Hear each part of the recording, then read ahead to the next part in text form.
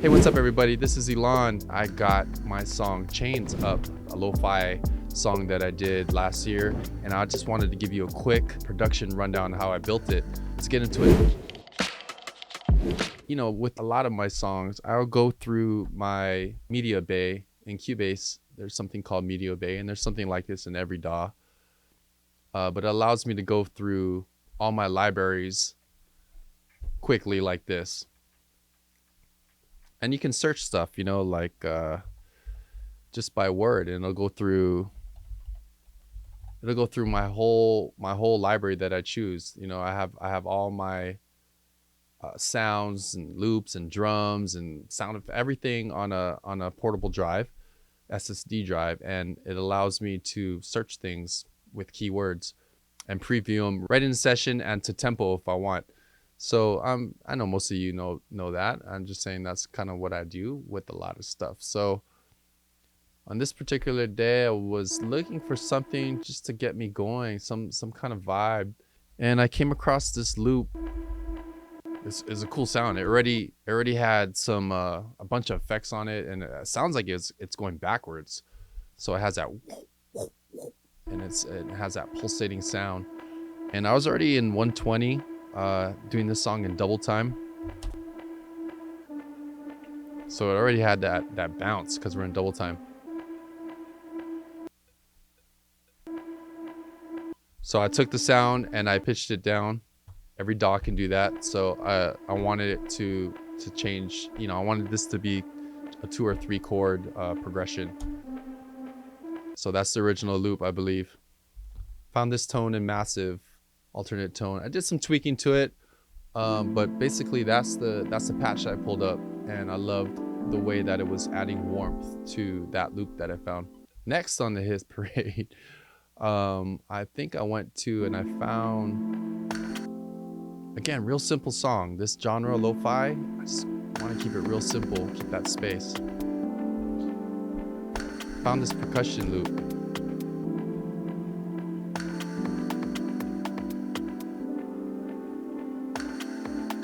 It just kind of comes in and out.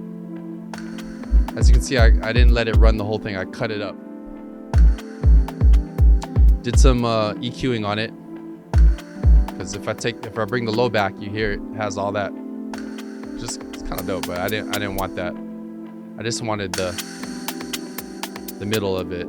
Also high cut, because that's way too bright for what we're doing. So I put the high cut stuff. Did it right inside of the DAW EQ.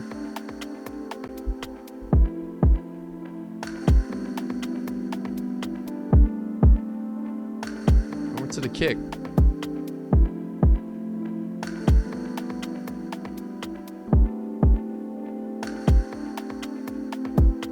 On the kick drum, I found a sample. It was pretty good, but if you listen without the compressor that I have here, this is the I don't know how to pronounce it, but shout out to my boy Matt, who turned me on to this company way back. Mjuke, I don't know, but let me know in the comments if you know what it's called. But Klanghelm, but they make a bunch of great compressors that I've been using on a lot of stuff. And I just pulled up one of their default settings, about 3 or 4 dB of gain reduction. You hear what it's doing, right? It shortens the note a lot, shortens the kick a lot. Without it, it's kind of gum. It's more sustained. With it, it's cutting out that end part of the kick and bringing it up to front a little more. And that's kind of what I wanted with it. Hi-hat. And I like the sample. So what I did is just put Fab Q3 EQ on it and just put a low cut just to get out all this right here. Don't need any of that in the hi-hat. If we brick wall this, okay, see, I don't know if that comes across, but here's 10K, right? That's all the sibilance, all the air of it. But with this, With this hi-hat, right after about there, I'm not hearing anything. It's not doing anything, so I'm gonna cut it out, but I'm gonna roll it off a little bit like this. That's all I got on the hi-hat there. And then found, I don't know what you want to call that, but it's like a wood block, but it's my snare today. I like it. So, man, I didn't do anything. No processing. It's just a real cool sample. So this song, I didn't really want a snare, a typical snare to hit. I wanted it to be kind of, underwater, open. So it has that vibe. Then we gotta put some 808 bass. 808. Woo. Found this patch.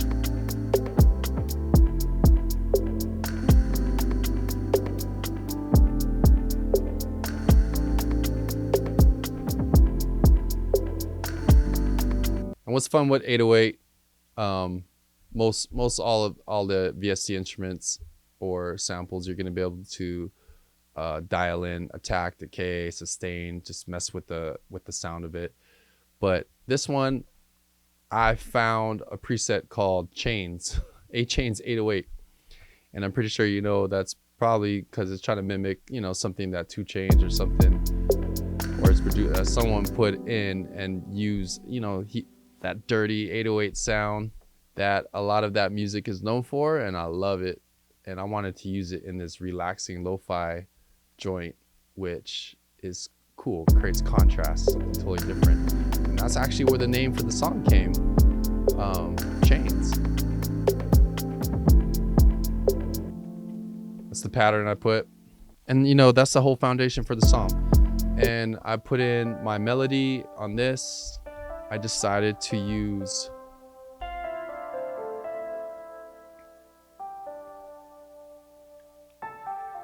one of my go-tos, Inhalion, for this kind of music, for sure, too. Verve. And I used this patch right here, Centaur. Play with the settings. But that sets such a nice vibe.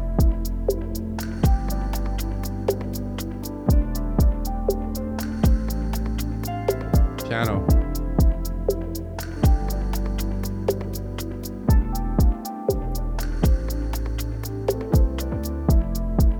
I can play keyboards a little bit here and there, you know. I MIDI in all my stuff, everything. I'll use a MIDI keyboard to program what I'm playing. Sometimes with drums, I'll just throw in the sample. I'll fly in the sample and play with patterns. But definitely when I'm playing instruments, I play everything via MIDI keyboard. Piano.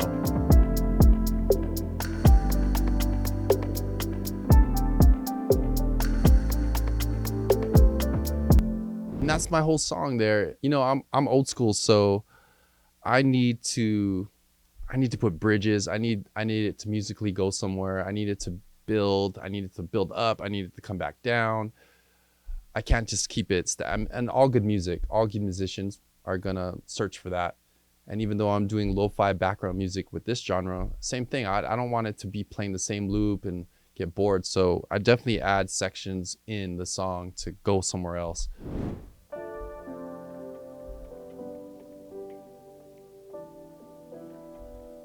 So for this, changed up the chords.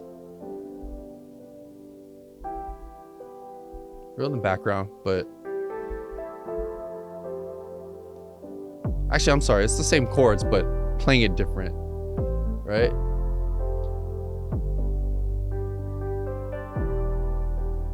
All right, it has a different, this section has a different feel.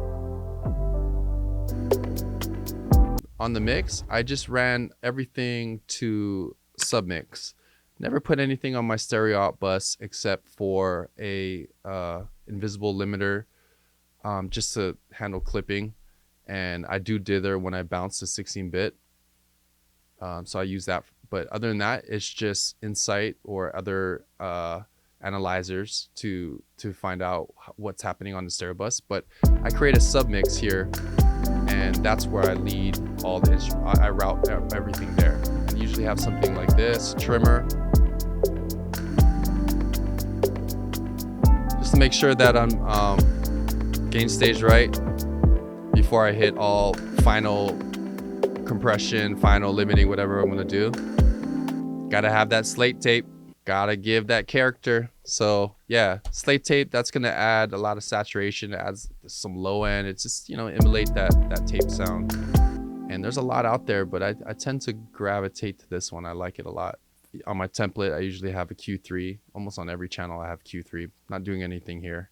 Might have just used it for analyzing. What's cool about Q3, and I'll do this in another video, is you can use it to whatever instance you have of Q3 on another track, you can look at and compare. So I could have a reference mix playing with Q3 on it, and I can see back and forth how mine looks visually compared to that. Or you can, there's so many ways to use this plug, and I will do a video on it, but I have it basically on every channel. And then it's going into Ruby.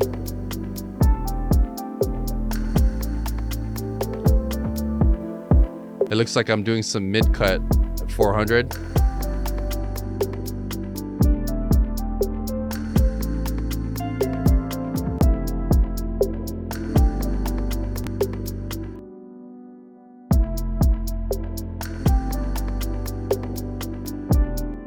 But looks like that's what I'm using it for. And as always, Acustica, you could just not even be doing anything to the EQ or any of their plugins and just turn on, if it has this preamp, and you just turn on the preamp, and it's doing so much character saturation. It's emulating the hardware gear, the DW Fern. You know, Acustica makes their plugins to emulate exactly what the hardware version did, and it's pretty damn good. It's really good.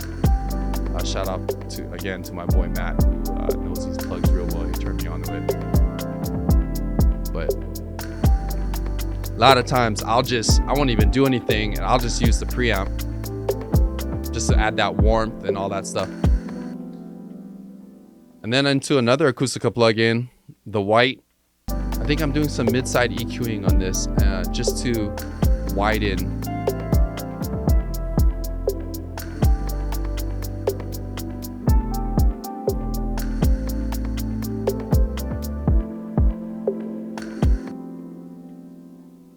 yeah, I don't even think I was just using it to boost the sides a little more, and that's another way to make your mix sound just a little wider. I'm gonna do a whole video on that too, but I like to use this plug for that. And I didn't do any EQ, I just boosted the sides a little bit. So as you can see, when I bring this down, everything, if you're listening to in stereo or you have headphones on, you hear everything collapse to the middle. So that's in the middle. That's super wide. Obviously that's too wide. That's gonna cause phasing issues. But you know, I had like less than a dB if you just go right there.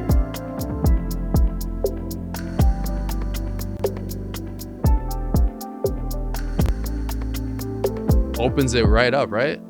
Clears up the middle. Lets the bass, the 808 kind of do its thing here. And then all the pads and everything and those little percussion things that I got going on just stays out here. It's all the little things. All the little things add up. Mid-side EQ with white.